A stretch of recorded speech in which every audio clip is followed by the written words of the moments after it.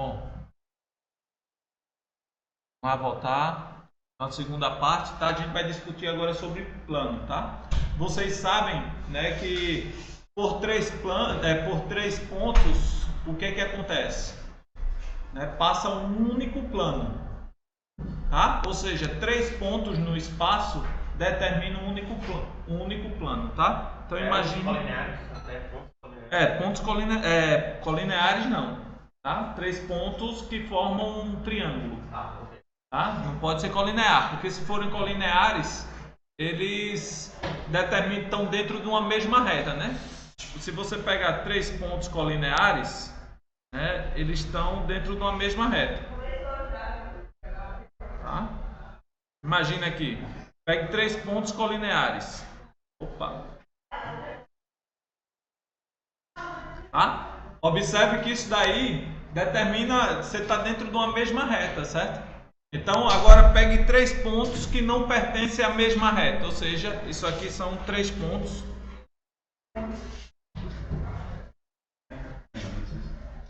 colineares. Tá? Tá? Agora pega 3 pontos que não são colineares.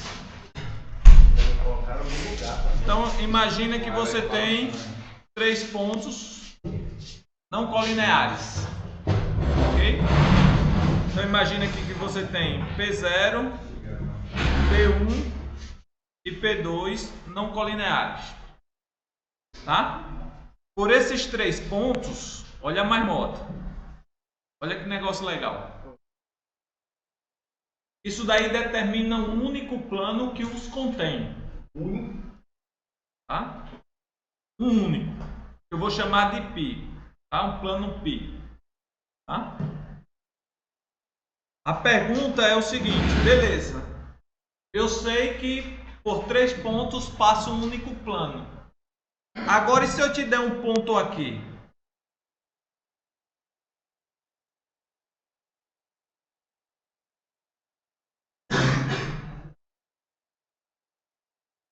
Como é que eu encontro, né? Como é possível determinar, né, encontrar através desses 3 pontos dados? Será que eu consigo uma maneira de descrever esse ponto X que está sobre o mesmo plano que é determinado por esses 3 pontos?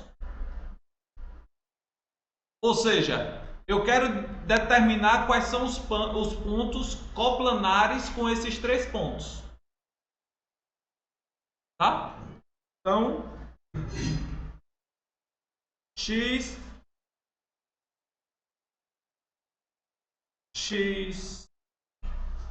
P0, P1, P2 são coplanares.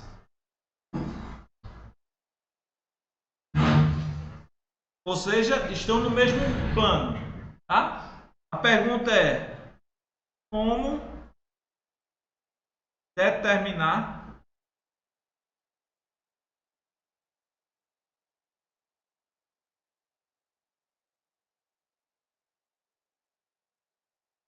X? E aí, Jaime? Como determinar esse ponto?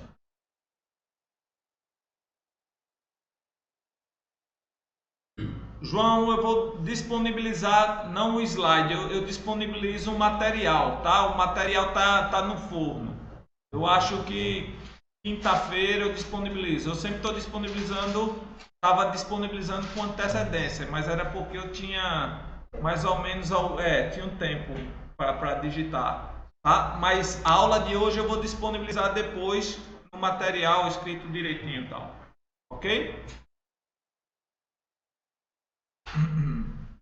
Bom, beleza. Então, como determinar esse ponto X? Essa é a pergunta que não quer calar, tá? Aí qual a ideia? Olha a ideia de como a gente vai fazer isso. Observe que é curioso, porque se 2 pontos, a gente viu que determina uma reta, tá? Então, essa reta aqui, deixa eu pintar de uma cor, só para a gente ter mais noção geométrica, né, do que está ocorrendo, tá? Essa reta aqui, ó, essa reta aqui que passa por P0 e P1, ela está contida no plano. Alguém sabe me dizer por quê?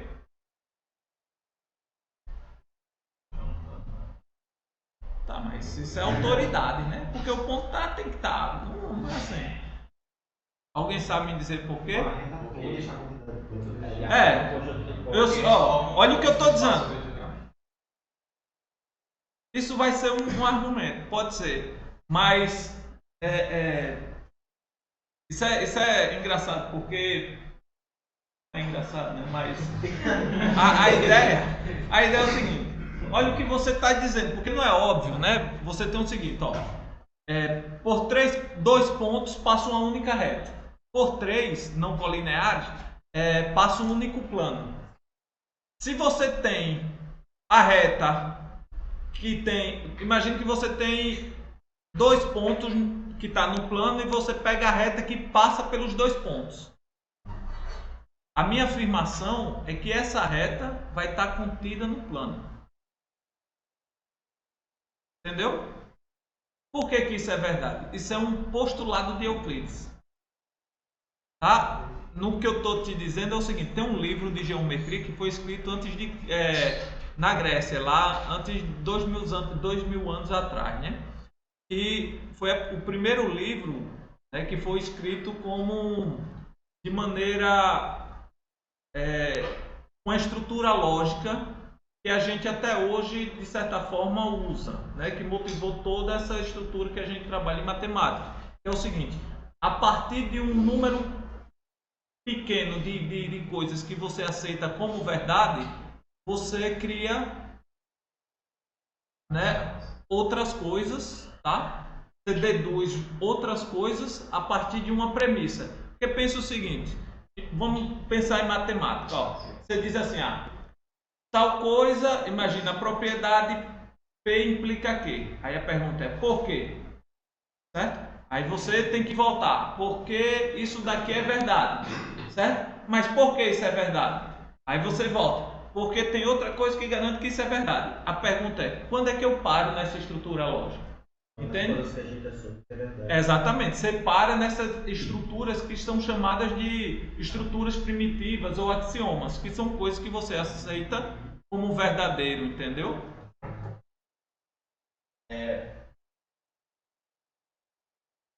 Tá? Para definir as naturais, por exemplo. Exatamente. Você assume, aí a ideia toda dessa estrutura lógica é baseada em axiomas, né? Então você tem o primeiro livro que teve essa estrutura foi esse livro Elementos de Euclides, entendeu? Por isso que e o que é que ele fez lá? Ele, através desses axiomas, ele cria uma geometria. Tá? Ele, por exemplo, ele começa, um dos axiomas é a noção de reta, plano e ponto são noções primitivas. Você só aceita. Todo mundo tem isso daqui como isso daqui é verdade, entende? Eu sei o que é. Tá. Essa é a noção primitiva. Outra delas é que por um plano, tanto dentro do plano quanto fora dele, tem infinitos pontos. Isso é uma noção primitiva. Tá? Outra noção primitiva é que se você tem por 2 pontos passa uma única reta e por 3 pontos não colineares passa um único plano. Certo? E outra é que se você tem a reta que passa, se tem um plano, pega 2 pontos lá e tem uma reta que passa por esses 2 pontos, essa reta está contida nesse plano. Tá? Então, isso daí que essa reta está aí dentro é um postulado. E aí ele cria, olha a marmota. Aí através desses postulados, um outro postulado que ele faz, e esse é importantíssimo, que é o seguinte: dado uma reta e um ponto fora dela, existe uma única reta que passa por esse ponto que é paralela à reta dada. Aí eu pergunto a vocês, qual é a definição de reta paralela? Todos os pontos são a mesma distância.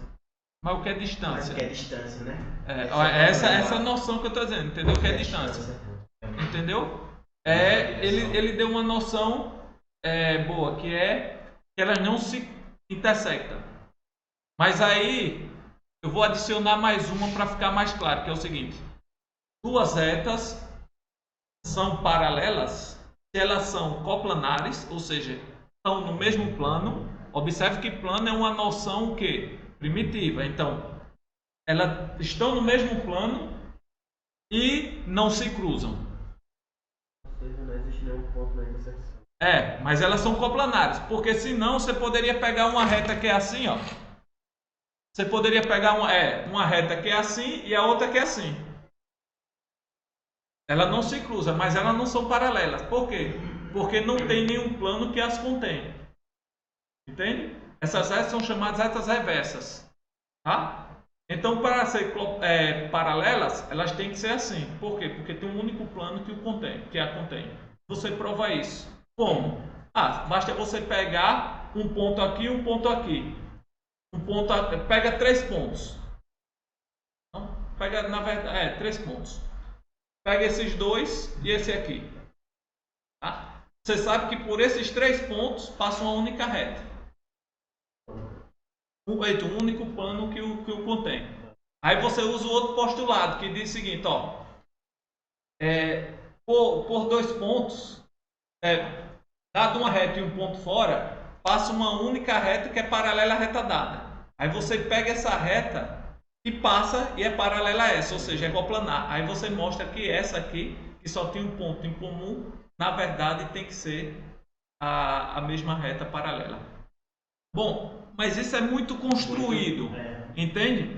Aí o que é que vem? Aí qual é o prolongamento disso? Quando chegou nos anos, no século XVI, tal, com Descartes, esse tipo de coisa, começou, esse livro foi reencontrado, porque passou um tempo perdido, sei lá.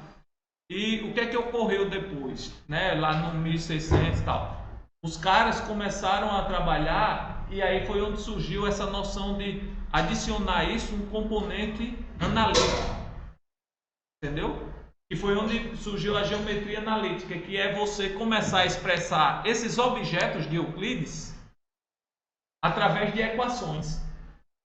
Entende? Euclides construiu uma teoria geométrica, onde você falava de soma de segmentos, soma de ângulos, falava de ângulo, um monte de coisa, tá? Baseado nesses axiomas. Só que quando chegou com Descartes, ele começou a associar isso a equações. O que era totalmente geométrico virou algébrico. Entendeu? Tipo, uma reta passou a ter uma equação. Um plano passou a ter uma equação. Tá entendendo? E aí, a partir disso, começou esse fuzuê todo que a gente está discutindo aqui, tá? Então, beleza. Então, isso daí vem de um postulado. Ótimo. Aí aqui, ó, a mesma coisa vem para essa reta aqui. Deixa eu pegar uma outra cor. Poxa, às vezes eu fico indeciso. Pega ver. Olha aqui. Essa daqui. Imagina você tem isso, tá? Bom, eu tenho essas duas retas. Como a gente sabe que esses pontos não são coplanares, colineares, essas retas não são paralelas, né? Não estão, porque senão os 3 pontos estariam no mesmo lugar. Concorda? Por quê? Imagine que essas retas são paralelas. Isso implicaria que esses pontos são coplanares? Por que não? Colineares, quer dizer? Agora, elas são o quê? Paralelas não são. Tá, porque... Exatamente. Certo? Ela poderia ser iguais. E aí se ela fosse iguais, seriam... os 3 pontos seriam colineares. Como não são essas retas, só tem um ponto de interseção. Pronto. Tá? São transversais. Beleza. Aí o meu ponto eu quero descrever o ponto X. O que diabo eu vou fazer? Olha só. Aí vem a brincadeira que eu estava dizendo a vocês. Eu tenho 2 direções. Quando eu só tenho uma, multiplicar. Olha, o que é que a gente viu? Quando eu multiplico Tá? Olha a marmota. Esse. Rosa. Se você pegar esse ponto aqui, tá? Que é um ponto dessa reta, o que é que a gente viu? Que esse ponto pode ser encontrado multiplicando esse vetor aqui por um alfa. Concorda? Alfa U ou por um T. Deixa eu botar T. Dá não para ver? Oh, meu Deus. Beleza. Imagina isso aqui, tá? Ó, esse ponto aqui da reta, a gente viu o quê? Que ele pode ser encontrado você multiplicando esse vetor aqui, que é dado por esses dois pontos. Lembra? E você pega e multiplica, você multiplica T vezes U, você encontra todos os pontos da reta. Concorda? Então esse vetor aqui, que tem como um ponto final esse cara daqui, ele é um múltiplo, que é esse cara aqui, ele é um múltiplo de U. Concorda? Agora abaixo a gente encontra um múltiplo e outro cara 10. Exatamente. Aí qual é a ideia? Observe que se eu só andar na direção U, eu só ando em cima dessa reta. Aí o que é que eu vou fazer? Usar a regra do paralelogramo para encontrar quem é esse X. Como? Eu vou andar agora na outra direção. Imagine, deixa eu colocar o ponto aqui mais para longe. Imagine ele aqui. Aqui é o ponto X. Tá? Aí o que é que eu vou fazer? Eu vou andar nessa outra direção. Eu tenho esse vetor aqui, eu vou chamar de V. Aí como é que eu faço a regra do paralelogramo? Quando eu quero somar, eu pego esse vetor V e coloco no final do vetor que eu estou somando. Então eu vou colocar ele partindo daqui. Entendeu? Qual a ideia? A ideia é que o T ele vai parar no lugar onde essa reta aqui, ó, que passa por X, é paralela à reta gerada por V. De novo, imagina, eu tenho aqui, ó, aqui é o U. Esse U, ele anda assim, tá? Aí eu tenho outra que anda assim. Aí eu te dou um ponto aqui. Qual a ideia? A ideia é, por esse ponto, eu estou assim, ó. Imagina, eu vou esquecer essa figura, eu vou fazer aqui separadamente. Ó, imagina que eu tenho aqui o U, aqui eu tenho os múltiplos de U, tá? Aí imagina aqui que eu tenho uma outra direção, V. E te dou um ponto aqui. Pelo postulado de Euclides, ele diz o seguinte, vamos lá, vamos usar ele. Por esse ponto, passa uma única reta que é paralela à reta gerada por U. Ou seja, aqui é a reta gerada por U, aqui passa uma reta paralela a ela. Eita, reta. Troncha da gota. Certo? Observe que como eu estou no plano, essa reta, quais são as posições que eu posso ter no plano com duas retas? Imagine aqui na parede duas retas. Ou elas nunca se cruzam, se elas forem assim, elas se cruzam, ou elas são coincidentes. Essa é a brincadeira, tá? Ou seja, dentro de um plano, duas retas só tem três posições possíveis. Ou elas são iguais, ou se cruzam em um ponto, né? Porque duas retas se cruzam em um ponto, ou não se cruzam. Se não se cruzam, então no mesmo plano, paralela. Ok? Se elas se cruzam, são transversais, tá? E se elas são idênticas, ou seja, tem dois pontos ou mais em comum, elas são idênticas, porque por dois pontos passa uma única reta. Então só tem essas três possibilidades, né? Ou não tem ponto de interseção, ou tem um ponto, ou se tem dois pontos ou mais, são iguais. Ok?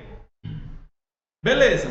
Então a gente tem agora que essa reta que passa por X e é paralela à direção V, ela tem que cruzar a reta embaixo. Tá? Nesse ponto que cruza aqui, a gente sabe que existe um T tal que isso ocorre. Concorda? Tá? A mesma coisa eu vou fazer para o V, só que agora eu vou passar por X uma reta paralela a U. Então vou fazer uma coisa assim. E aqui você vai ter um outro ponto, que é o múltiplo beta de V, neste caso, porque eu estou em cima dessa reta. Ok? E agora eu pergunto, como é que eu encontro o ponto X? Observe que o ponto X, usando a regra do paralelogramo, nada mais é, senhoras e senhores, que esse cara daqui. Concorda? É a soma desses dois caras aqui, porque eu estou no paralelogramo. Então você tem que P0x é igual a T. Não queria usar T. Vou usar T, mas não queria usar beta. Vou usar S. Tá? Só me perdoe aqui, vai ficar SV. Tá? Então esse cara daqui é igual a T, U mais SV.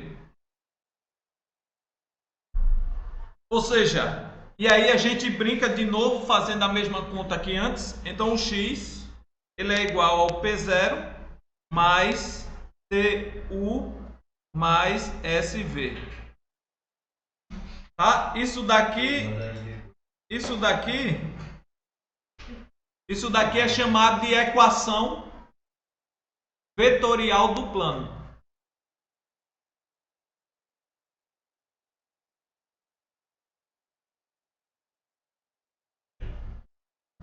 Ou seja, o que é que eu precisei? Mas olha o que é importante aqui para você determinar um plano. Ó, pense bem. O que é importante para você determinar o plano? Dois vetores que não são paralelos, que não são múltiplos um do outro. Né? Eu comecei com 3 pontos, mas esses 3 pontos não colineares me geram dois vetores que não são paralelos.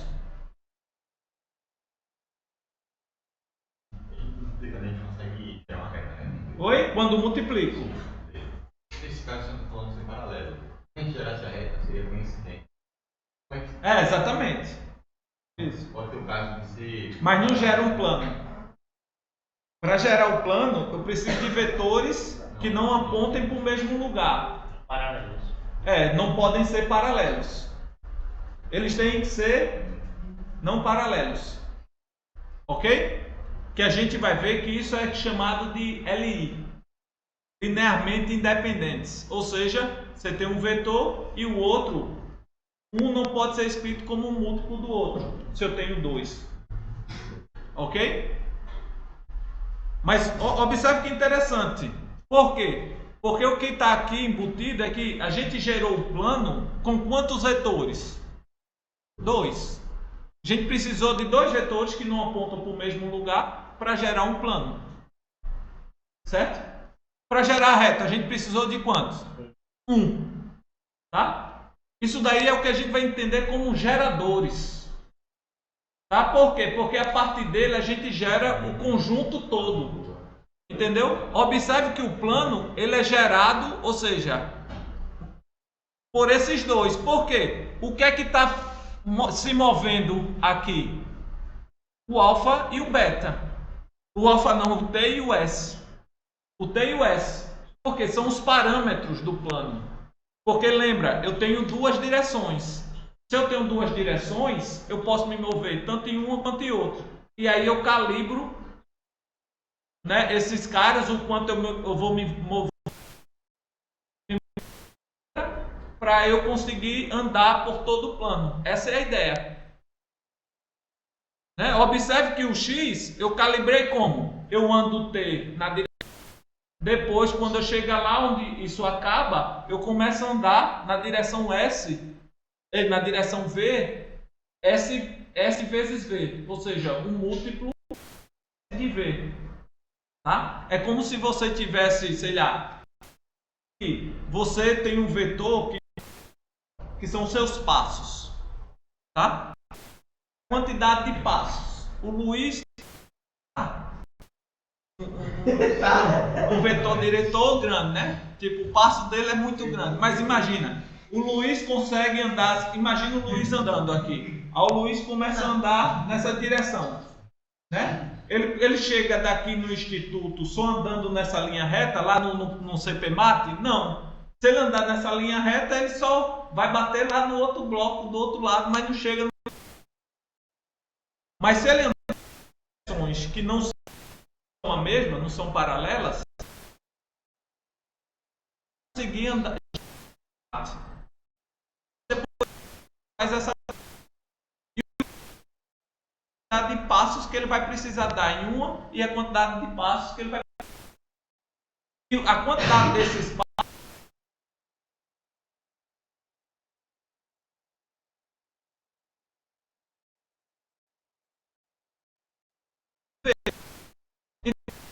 a noção do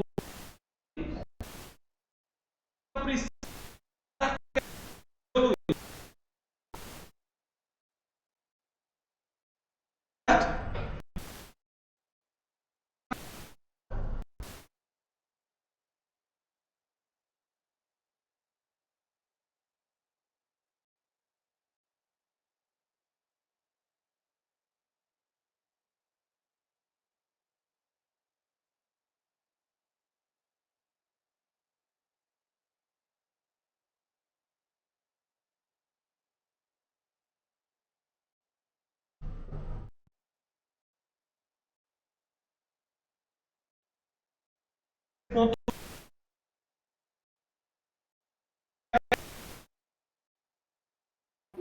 Professor, quem é do online não está escutando, tá um barulho de chiado.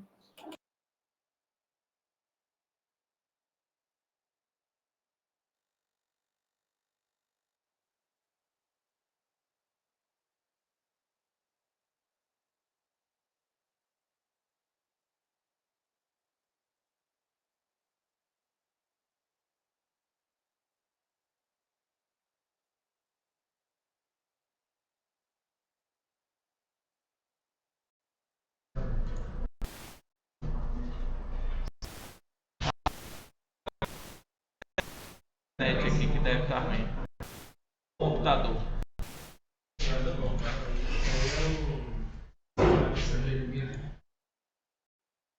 Rapaz, tá lento. Tô sentindo travar aqui. Vamos lá, galera. Tá bem lento aqui.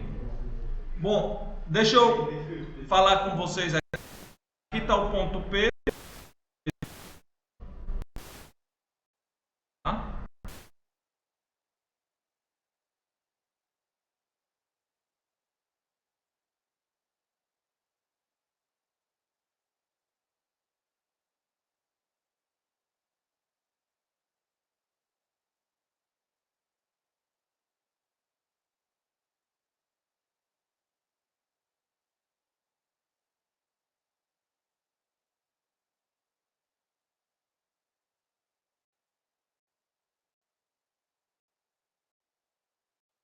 Aqui.